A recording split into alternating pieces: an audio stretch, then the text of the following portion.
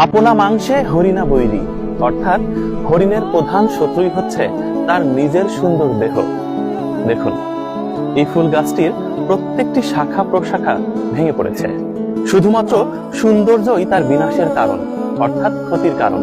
মরকঝুটি ফুল দেখুন, একটি শাখা প্রশাখাও অবশিষ্ট নেই, উপরের কয়েকটি আছে। এটা দিয়ে কি বুঝলাম?